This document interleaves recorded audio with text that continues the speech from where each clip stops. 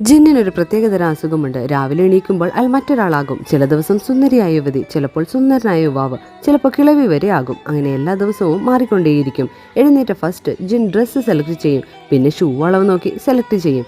സ്ത്രീയായി മാറുന്നത് കൊണ്ട് അണ്ടർഗാർമെന്റ്സും സ്റ്റോക്കിലുണ്ട്. ഇവൻ ജിൻ ഒരു ഫേർണിച്ചർ ഡിസൈനറാണ്. ഇത് സാങ്, ജിന്നിന്റെ ഒരു ഫ്രണ്ട്. ആദ്യമായി ഇവൻ ജിന്നിനെ കാണുമ്പോൾ ഒരു മധ്യവയസ്കയായിരുന്നു.